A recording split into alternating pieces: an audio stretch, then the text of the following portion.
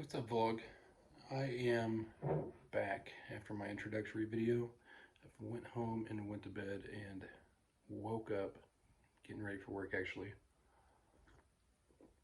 I've decided to try and put my earpiece in here and see if the volume is better because I couldn't really hear the last video. I went ahead and watched it and yeah, there's a roar of the car and driving down the road over my voice as well. Oh, say hello. This is the newest member of the family. Got it from my daughter. She wanted a cat. So I got her one. She has two cats over at her mom's and she wanted one here. So this is Bailius Maximus. That's the name of the channel. It's the name that I'm going by on there.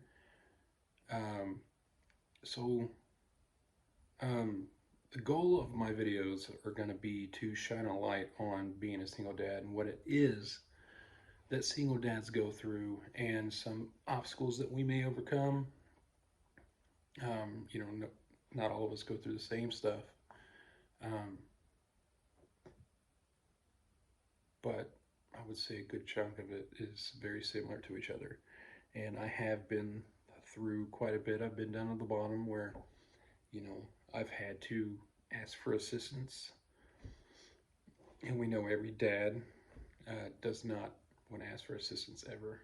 But there is time where it's better just to, bite the bullet and lose the pride and ask for help. Because sometimes you need that block just to jump out of that hole. So if I resonate with you guys, subscribe and like, and just drop your questions below, and I will answer any questions. A little bit more about me.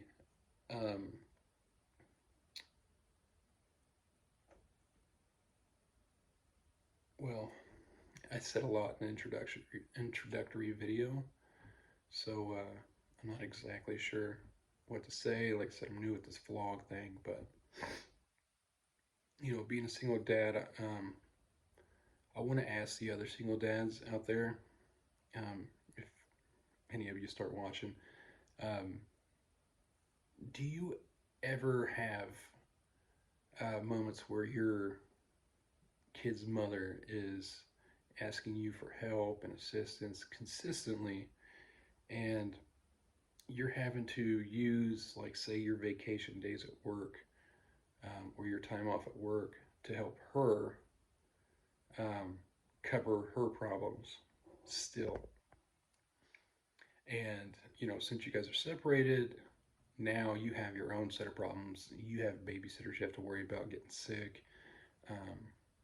You have to use your vacation days to keep your life afloat. And she wants you to use your vacation days to keep her life afloat too. And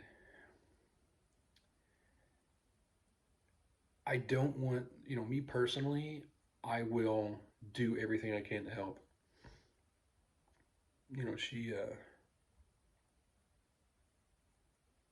She does it overboard with me, so I've had to kind of put a stop to it this year a little bit and tell her, you have to get in a position financially where you're going to be able to stop and say, hey, I don't need your help, or yeah, tell your babysitter, go ahead and take your time off and I'll take care of it.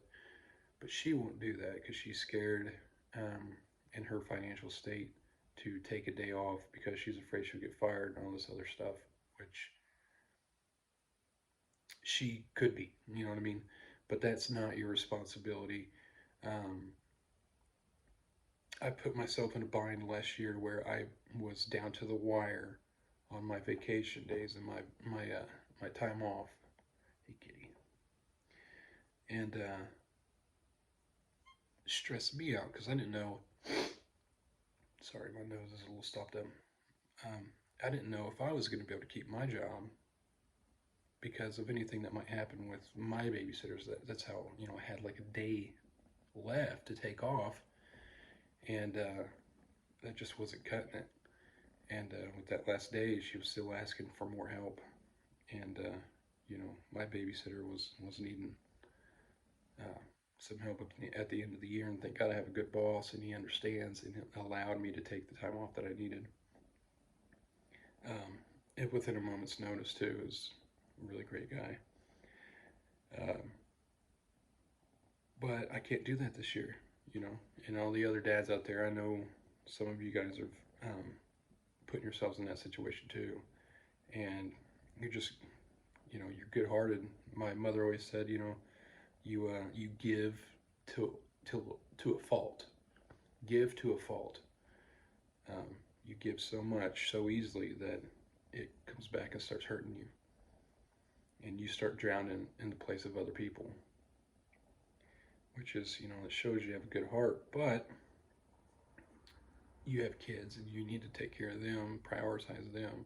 If mother drowns, then you need to be there to hold the kids out of water so they don't drown with her. And, if depending on what kind of mother they have, if you let yourself drown in the case of her, then who's going to be there to not let her drown for the rest of the time since while you're down and not capable? Um, so it just doesn't work that way. One of you guys have to be the strong parent that's always capable of keeping the kids' heads above water. And, it's kind of obvious in my situation that that's me. Um, and I'm not saying I'm never going to help, I'm just going to keep it to a very limited, very rare thing because, like I said, one of you have to keep your head above water. And that's just kind of my situation. I don't know if any of you guys are in that situation as well when it comes to work and taking time off for sick kids, sick babysitters, and stuff like that. I'm just kind of wondering, how many of you guys are out there, struggling with the same thing, and how do you deal with it, Um,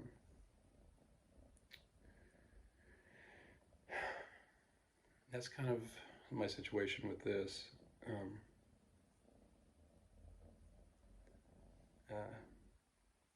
don't know what else to say. Um, so new to this, just trying my best to um, get some things off of my mind and off of my chest that maybe I can find some people to relate with, and maybe I can tell them how I deal with it, so they might not feel as alone in their problems, and maybe I can give them a way to deal with their issues or give them some ideas. Anyway, if you have any questions about your situation that I could shine a light on, um, I would gladly do that and gladly try to help you guys out in deciphering, navigating the issue that you're having. Like I said, I've been to the bottom, needed help. I've had to ask for assistance. At one point, I did have to ask for food stamps because the economy just went so bad so fast, and I was not. I was in a bad job at the time. Just wasn't giving me the amount of pay that I needed to survive with two kids and me living on my own in a bad economy. So I had to ask for assistance from the government. I had to ask assistance from my mother, and God knows I don't ever want to do that. Never did. And it almost felt embarrassing to do so. But if I didn't do that, then worse stuff would have happened. I could have lost my house, my car, um, and that just would have been rock bottom. And how depressed and how beat up I would be on myself, just kicking myself in the butt for that. So, ask for help when you need help. I got the kitty down here, 11, before I go to work. Um, don't be shy to ask for help. I know it's hard being a guy and trying to prove yourself as a dad and this type of society, where dads are pretty much second place to everything else, or last place in some cases. Um, you know, there's a lot of stuff on the internet that really attacks dads and makes us look like the worst of the parents, and that simply is not true in this day and age. Um, it's just things have to change when it comes to that, and there's other stuff. Um, I'd like to, if you're not a part of this community yet, I highly recommend you be a part of the fathers' rights movement. Great, great people. Um, when I went through my divorce, and when I went through my initial split up with the kids' moms, I was on the computer talking. Found them, don't know how, just did. Found them, messaged them. They gave me the information I needed to calm me down. Because, whenever you split up from a mother, from your kids, the first thing that's on your mind is, I'm never going to see my kids again. You know, I'm never going to be able to live because I'm going to be paying child support. Ungodly amounts generally is how we feel about it. Um, and and just having your rights taken away from you as a father towards your kids. And it's happened time and time and time and time and time and time again, and things are changing. In some places, there's um, I don't know if it's law exactly, which it might be, but the law is, or I should say law because I don't exactly know whether it's a law yet, but um, there are states that are on a 50-50 custody by default. Hi, kitty.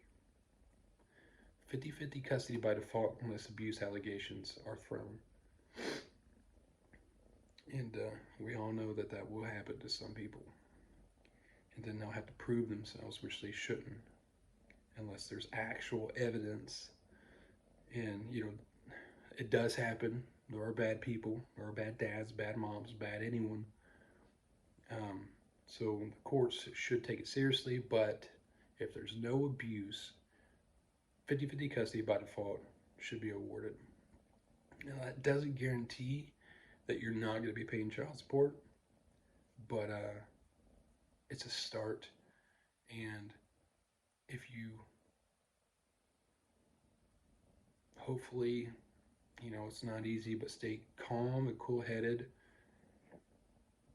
and try to help the mother as much as possible to show that you support her, even though well, in my case, she created the destruction of our marriage. She built the bomb and she lit the fuse. Um, and initially, I ended up having custody of the kids because she kind of went off the weird end and started doing stuff she shouldn't have been doing. And so I ended up having full custody in the beginning, and I gave and allowed 50-50 custody, give her a chance to redeem and do what she needed to do to get herself together. And it turned out for the best, because now we do 50-50 custody, we get along, and she's got her head right. And that's really what matters. And I highly recommend, if you can solve anything out of court, do it, because the court system is a pay system, okay? Nothing that goes to court isn't costing you a lot of money. And I mean a lot. That's how they make money. That's why people become lawyers and prosecutors and attorneys and or public defenders is what I mean. And they're generally in each other's pockets as it is, and they will make backroom deals without you even knowing. Quit biting me, kitty.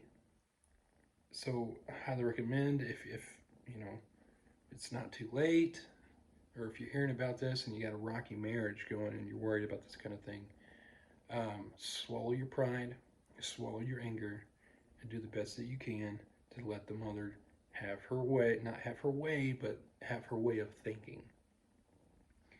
And approach it as we're going to have to do this together for how many years. Um, be peaceful. Um, express your love for your children to her and let her know how it's going to make you feel if a given situation happens when it comes to the custody of your children and stuff like that. Um,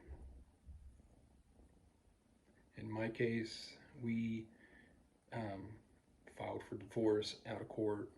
We just filed the papers and sent them in, and I think that's pretty much it. Which I'm kind of still going through it right now, which it should be finalized soon. But I'm not sure if we have to come in to the court to say yes, we wrote this, yes, yes, yes, blah blah blah. And our custody arrangement when we filled out the paper together was we share every other holidays. We would do custody 50-50, and we'd make our own schedules. Of course, whenever you're filing the paper, at least here, you have to write in the schedule for custody. I'm not sure why, like they need to approve it or anything, because it doesn't. I don't believe it holds up in law because you chose to do it yourself and out of court. Quit scratching me, kitty. Um, Look at this guy. This little man. His name's Chris. My daughter named him. She she thought that she was a girl. I wasn't here whenever they named her. My mom was here babysitting for me, and they thought she was a girl, and she named her Crystal Diamond Bailey. No offense to all the crystals and diamonds out there, but it kind of sounds like a strange name for a girl. Combination anyway. And I had to tell her, it's a boy. Oh well, we can still call it Chris. So I'm like, well, you can, but it's um, not exactly a boy's name. She said, okay, well, I'll just call him Chris. Chris Diamond. So that's what we're going to call him, Chris.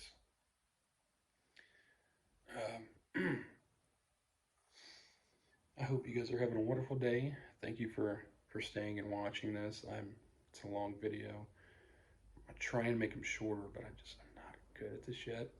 This is my second video, and I'm glad you guys are here along with me on this journey.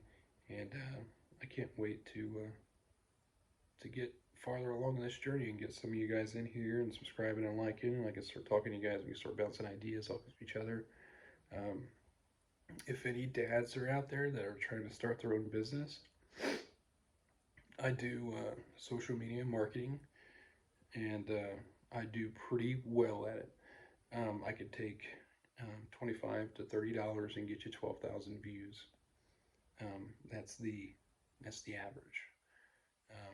It's not easy. There is a lot of research you need to do, and there is, depending on the time of year and stuff like that, the marketing and how you target people is very important. I also do websites and SEO, search engine optimization.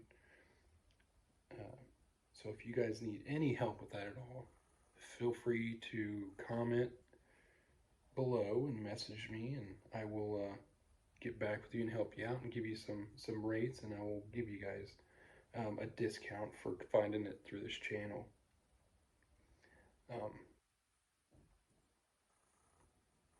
Yeah, thanks guys.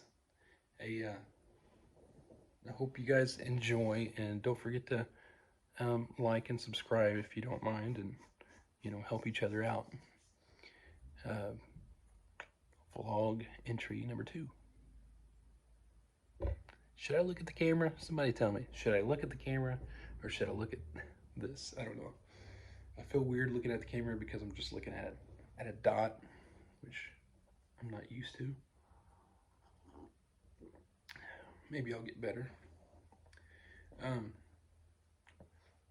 One question. How do you take your coffee? as a dad, how do you take your coffee? Mine is, as you can see, black, no sugar, no cream. I love it. It's the only way I can drink it. If you put cream and sugar in it, I'm like, ugh, I do not like it. I gotta get ready to go to work.